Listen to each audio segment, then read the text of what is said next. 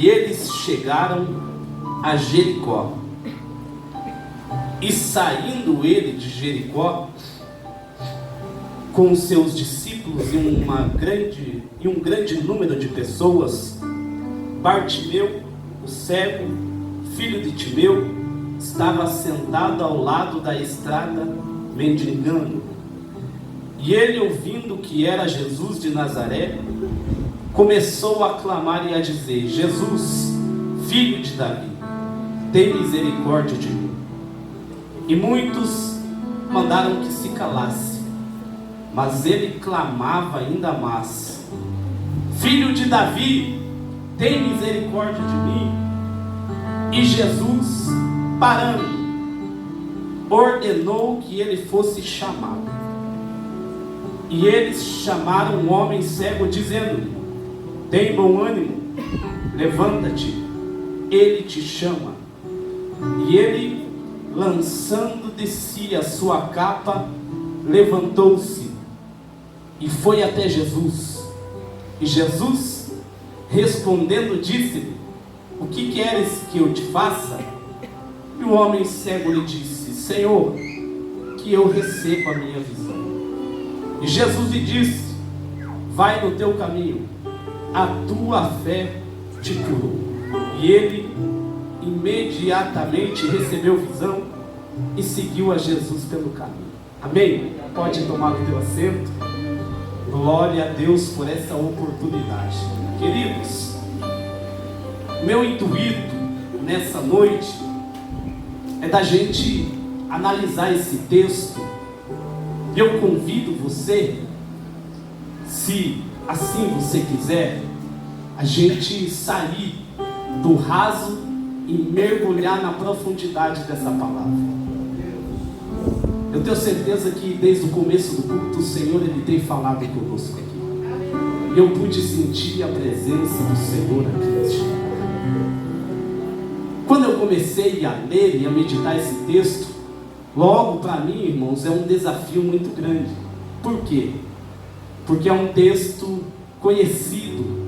Se eu perguntar para os irmãos, para os obreiros aqui, se de alguma maneira os irmãos tiveram contato com esse texto, eu acredito que todos aqui levantariam a sua mão. Por isso é um desafio, porque todas as vezes que a gente vai pregar, às vezes um texto conhecido, parece que a gente tem aquela impressão que a gente vai ouvir aquilo que a gente sempre ouviu, não é? E quando a gente ouve alguém lendo um texto como esse, simples, porém com uma revelação muito profunda, profética, e que a gente, quando traz para a vida da gente, a gente começa a ser impactado por ela. Então é um desafio muito grande. E eu meditando nessa palavra já há semanas, o Senhor ele tem ministrado ao meu coração acerca desse texto e eu quero compartilhar com os irmãos. Então vamos começar devagar, irmãos. Eu quero entrar no texto para assim a gente continuar entendendo o que está acontecendo aqui e assim entender o propósito de Deus para nós hoje aqui. No versículo de número 46, eu acho interessante, irmãos, e foi falado sobre isso aqui hoje, eu pude perceber que no versículo 46 está escrito assim: e eles chegaram a Jericó. Porém tem uma vírgula ali. E o texto continua dizendo: e saindo ele de Jericó. Então a gente percebe que Jesus ele chega na cidade, mas logo o texto deixa claro que Jesus vai sair. E o que me chama a atenção é que também eu não posso revelar para os irmãos ou dizer o espaço de tempo que Jesus permaneceu ali, mas quero eu acreditar, e estudando um pouco sobre isso, eu pude entender que aquela seria, talvez, Paulo, a única oportunidade que aquele homem tinha de ter um encontro com Jesus. Porque a Bíblia diz que Jesus chega, mas logo está saindo. O espaço de tempo que Jesus ficou lá, nós não sabemos. Há muitos que dizem que aquela seria a única vez que Jesus iria passar por Jericó e nunca mais ele iria passar por lá. Então nós entendemos que sim, aquela seria a única oportunidade que aquele homem teve de ter um encontro com Jesus. Aqui eu já abro um parênteses para nós entender algo de Deus nessa noite. Talvez hoje, e foi dito aqui, seja a sua única oportunidade de ter um encontro com Jesus e ter a vida transformada pela presença, pela pessoa dele. Por quê? Porque nós saímos da nossa casa e aqui nós estamos, mas nós não sabemos o que vai acontecer conosco daquela porta para fora. A gente se programou, a gente saiu da nossa casa e chegou até aqui, mas por mais duro que seja, irmão, nós não sabemos se quando a gente sair daquela porta, a gente vai chegar vivo na nossa casa. Nós não sabemos o dia de amanhã, nem daqui a 10, 15 minutos. Então, portanto, hoje é a sua única oportunidade de ter um encontro com Jesus e ter a vida transformada por Ele. Nós não sabemos o dia de amanhã. Quero continuar dizendo que talvez daqui 5 minutos as portas do céu se rompam diante da igreja do Senhor, e a partir desse momento nós estaremos com Ele, adorando a Ele, glorificando a Ele. A pergunta dessa noite é: será que nós estamos preparados a partir daquela porta para fora? Porque nós temos uma dificuldade muito grande. Na verdade não é uma dificuldade, é um problema que nós temos. Vou além, é um defeito que nós temos. Alguém aqui já ouviu falar sobre procrastinação? O que é procrastinação? Procrastinação ou procrastinador é aquele que sempre quer deixar para depois o que se pode fazer hoje. Nós temos esse hábito em nossa vida. Tudo que nós começamos, muitas das vezes nós não concluímos. Às vezes não é nem só aqui, na nossa casa, algo que a gente vai fazer, a gente tem o costume de começar e não terminar. Isso é ser procrastinador. Muitas das vezes não é que a gente não é preparado, muitas das vezes não é que a gente não está preparado, é porque a gente deixa a procrastinação tomar conta de nós, e a gente pensa: não, eu não estou preparado, não, eu não estou preparado. Talvez há pessoas que entrou aqui nessa noite, ou talvez há muito tempo você vem dizendo: eu não estou preparado, mas Deus me trouxe aqui para lhe dizer que a oportunidade é hoje, é agora, não é para amanhã não, é agora. A oportunidade é nesse momento, é às 8h33 da noite. Será que você entende essa palavra? Entende que a oportunidade da sua vida pode ser hoje. Jesus entra na cidade, mas logo vai sair. E a Bíblia diz, irmão, que há um cego mendigando à beira do caminho. Olha a situação daquele homem.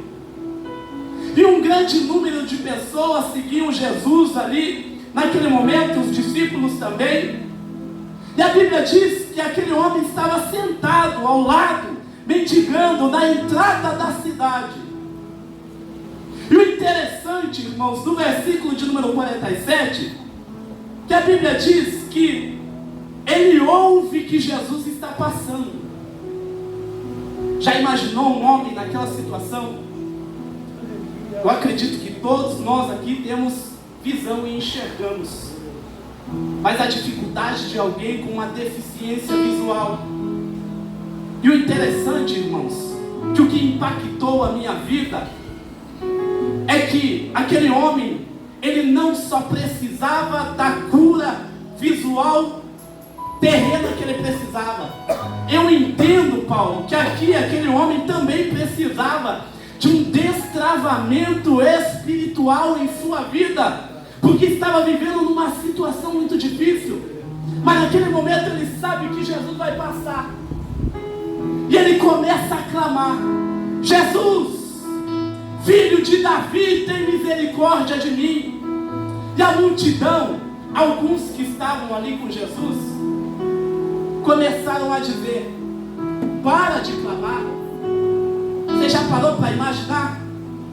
Estavam seguindo Jesus, mas estavam mandando alguém parar de clamar. Como que a gente sabe quem é e quem não é? A Bíblia diz que a gente conhece a árvore pelos seus frutos. Olhando para alguns dessa multidão, a gente entende que muitos que seguiam Jesus não tinham uma vida transformada a ponto de ser íntimo dele, de ter um relacionamento com ele. Então, olhando para muitos que estavam ali, a gente começa a olhar e ver os sinais que mostram quem era e quem não era. Só que o que impactou a minha vida, irmãos, é que eu comecei a entender, e Jesus falando comigo, dizendo: Leudimar, eu não estou preocupado em ter seguidores. O que eu quero de verdade é discípulos. É homens e mulheres que queiram se relacionar comigo, que queiram intimidade comigo, que queiram integridade de viver, caminhar comigo, andar comigo, me seguir, mas não pelo pão que ofereço, não pela porta que ofereço, mas porque eu sou quem sou. Seguidores, ou ser seguidor, muitas das vezes a gente é de um amigo, das redes sociais, do pastor, de alguém conhecido. Muitas das vezes a gente é seguidor do homem, mas Jesus não quer seguidor. Jesus quer homens e mulheres que se comprometam com a verdade e com a sua vontade. Agora imagina, estava seguindo ele, mas não tinha intimidade com ele. Andava com ele, mas não se relacionava com ele. Agora tinha alguém que estava fora da multidão, que não estava andando com ele, não caminhava com ele, mas clamava, dizendo: Jesus, filho de Davi, tem misericórdia de mim. O clamor daquele homem, segundo o texto, e não eu, fez com que Jesus parasse naquele ambiente. Você já imaginou isso aqui, irmãos? O clamor. E eu ouvi aqui os irmãos falarem sobre clamor. Já o Fernando falou que Deus está à procura de pessoas que queiram um relacionamento com Ele. E eu fui impactado com essa palavra, irmãos. Eu posso sentir a presença do Senhor aqui nessa noite. Glória a Deus. Glória a Deus. O que seria de nós se a presença dEle em nossa vida? O que seria de mim se a presença do Todo-Poderoso em minha vida? O que seria de nós sem as suas misericórdias? Nós já tínhamos sido consumidos. Estava alguém fora parte da sociedade, ali, sofrendo. E muitos da multidão dizendo: para de clamar. Mas a Bíblia diz que ele continuou clamando. A perseverança na oração é o que falta em mim e em nós. O clamor de alguém que eleva o seu coração para Deus, irmão, pode ter certeza que os céus se movimentam, os céus se manifestam diante do clamor. Nós olhamos para a Bíblia e vemos Pedro estava guardado na prisão, mas a igreja fazia contínua oração a Pedro. E a Bíblia diz que o anjo do Senhor entrou naquele ambiente. Sabe o que Deus está dizendo, irmão? O teu clamor, a tua oração, a tua adoração faz com que a presença de Jesus seja revelada no ambiente em que ninguém quer estar.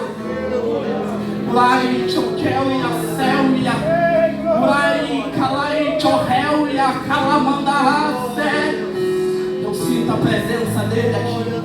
Aonde Jesus chega, pode ter certeza que o milagre acontece. Sempre foi assim e nunca vai mudar. Aonde Jesus chega, o milagre acontece. Lembra quando Jesus entrou na embarcação com os discípulos? Vamos passar para outra margem. Por quê? Gadara. precisamos chegar lá. Eles entram na embarcação. E no meio do caminho, Jesus acaba dormindo ali. Aquele sono. Já viu aquele sono de Jesus em nossa vida? Parece que a gente olha, cadê Jesus? O silêncio toma conta da nossa vida, da nossa história, da nossa trajetória. E Jesus dormindo ali. E a Bíblia diz que se levanta um vento, um temporal grande. E os discípulos começaram a chacoalhar Jesus, dizendo: Senhor, não te importa que pereçamos? Aí Jesus acorda, diz: homens de pouca fé, vocês vão entender. Jesus olha para o vento e diz: calma-te, vento, cala-te, mar. E a Bíblia diz que o vento cessou e as ondas pararam.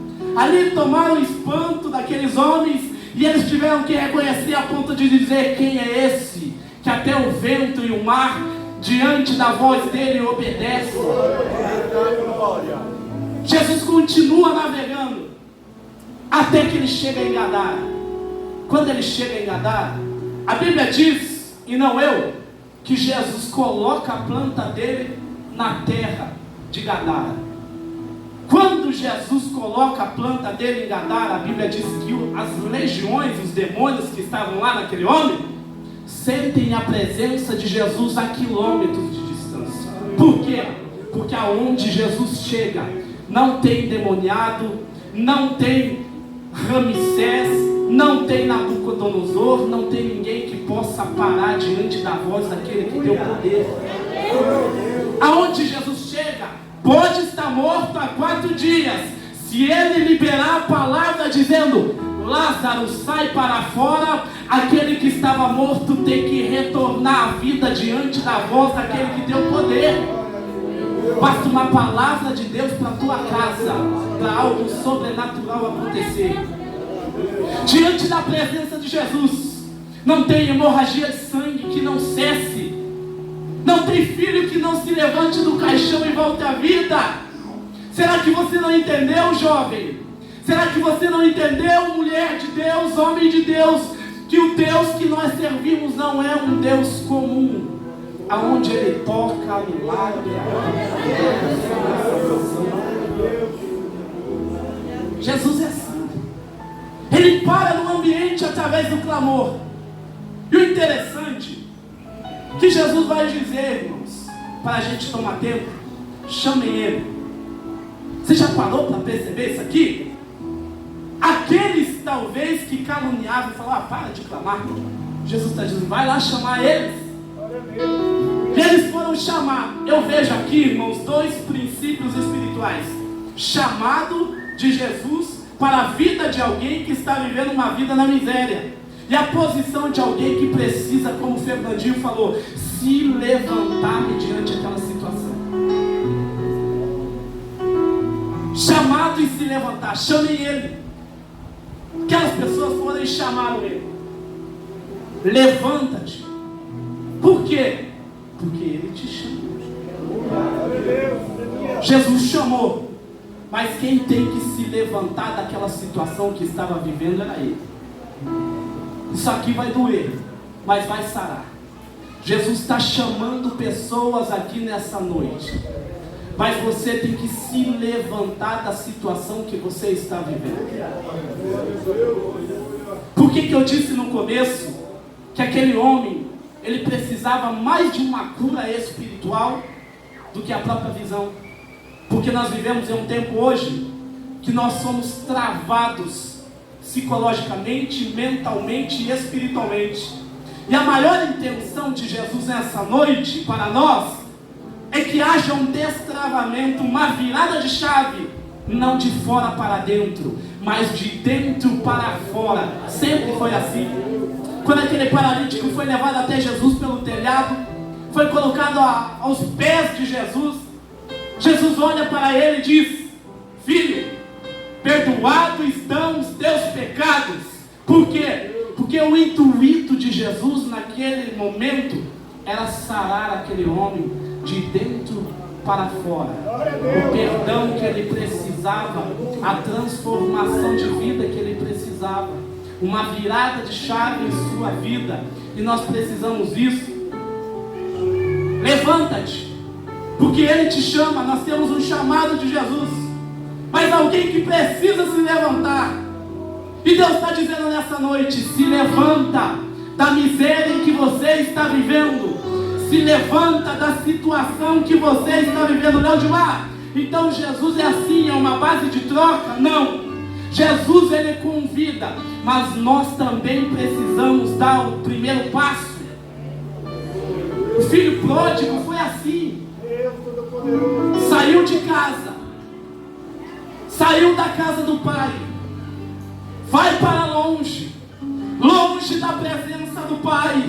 Está longe, está perdido.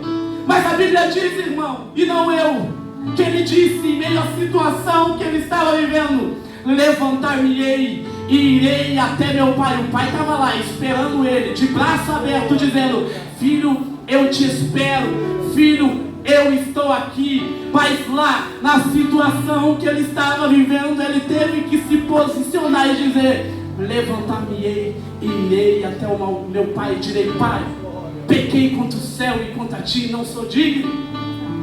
Porque ele reconhece, irmão, quem ele é. Será que você sabe quem você é diante do reino de Deus? Será que nós sabemos? Porque tem pessoas que não sabem o que é diante do reino de Deus. Nós estamos se perdendo. Levanta-te, porque Ele te chama.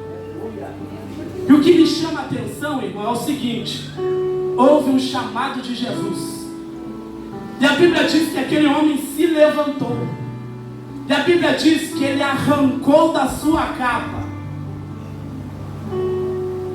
Ele arrancou da sua capa, colocou fora a parte e foi até Jesus, mostrando o que para nós? Até agora eu era um mendigo, até agora eu era um miserável, até agora eu vivi uma situação deplorável, mas daqui para frente eu arranco a capa da mendigagem e vou servir como filho de Deus. Sabe de uma coisa, irmãos? Ai, choqueia, céuia, uramanto ide calamandarás. Nós não fomos chamados para vestir a capa da mendigagem. Deus te chamou para vestir um manto do sacerdócio real como filho de Deus. Será que você entende essa palavra? Se posiciona nessa noite entendendo que você não foi chamado para vestir a capa da miséria, mas foi chamado para vestir a coroa de filho, chamados para filhos de Deus.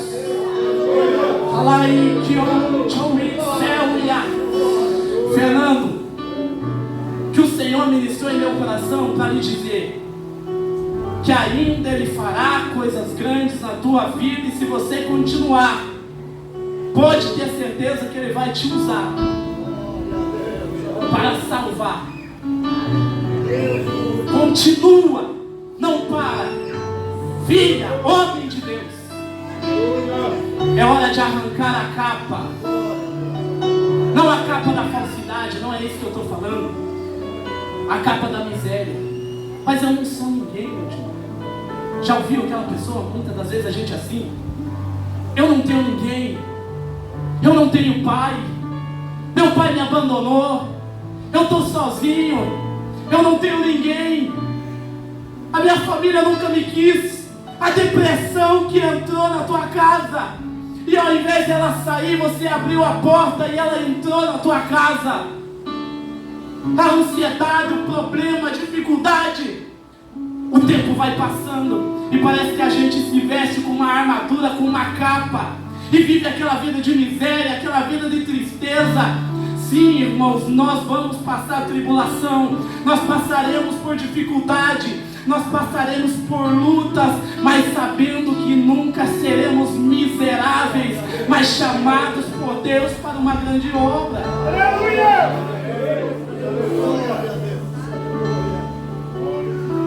Chamado para fora.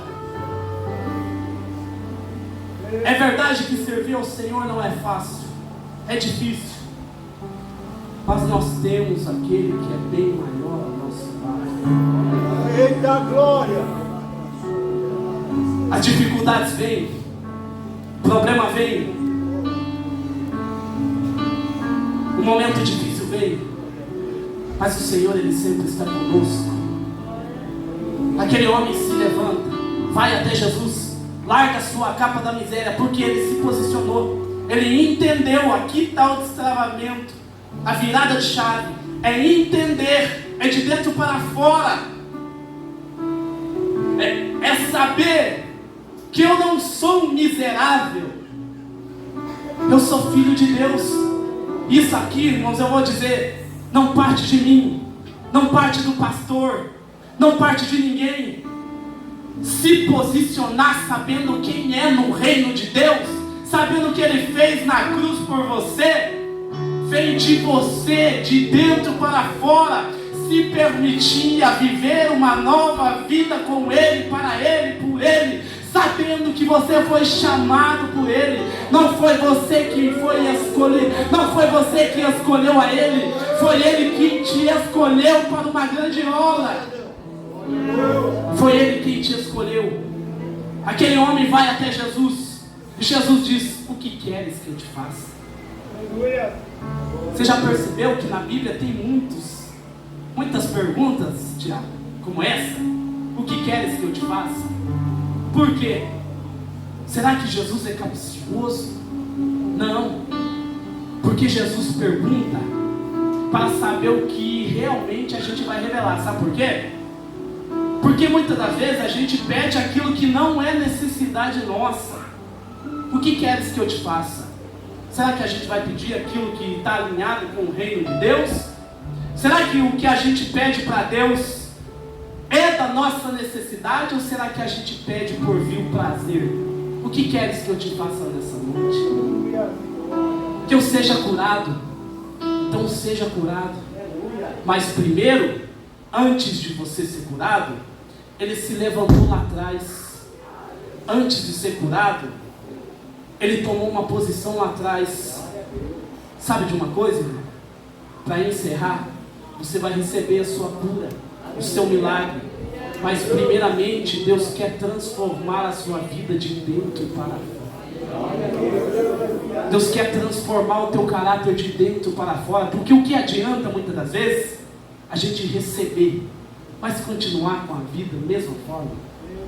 O que adianta muitas das vezes a gente receber, ter um milagre, mas continuar com a mesma vida que a gente teve sempre? Não. Jesus nessa noite quer transformar a sua vida de dentro para fora. Há pessoas aqui sofrendo com depressão, não consegue dormir à noite, precisa tomar remédio para dormir.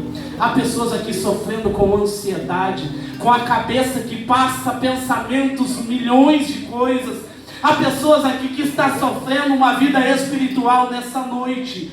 Se você se permitir se colocar na posição que Deus te chamou, Deus vai transformar a sua vida. Mas o que Deus está dizendo é: o que queres que eu te faça? Eu peço que os irmãos se coloquem em pé nessa noite. O que queres que eu te faça?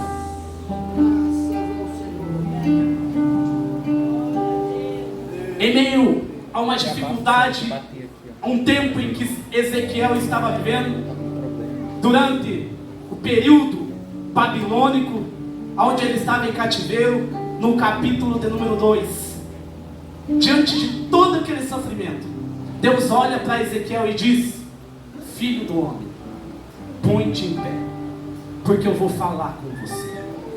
Nessa noite, é noite de se colocar em pé, diante da presença de Deus. Chega, irmão, de dizer e achar que não é nada. Chega de dizer e achar que não tem valor. Chega, jovem, de dizer que não consegue, que não vai fazer, que não tem como. Deus te chamou para se posicionar como filho. É tempo de arrancar a capa da miséria e viver o sobrenatural de Deus para a tua vida. Eu quero orar por você nessa noite. Você que ouviu essa palavra, escuta o que Deus está dizendo. Deus quer destravar a tua vida. Deus quer fazer uma virada de chave na tua vida. mas não de fora para dentro, de dentro para fora. E através da sua vida, você impactará a tua mãe, a tua casa, a tua família, todos aqueles que estão à sua volta. Vem até aqui na frente. Eu quero orar por você. Será que tem alguém aqui que tem coragem de se posicionar diante do reino de Deus? Eita glória!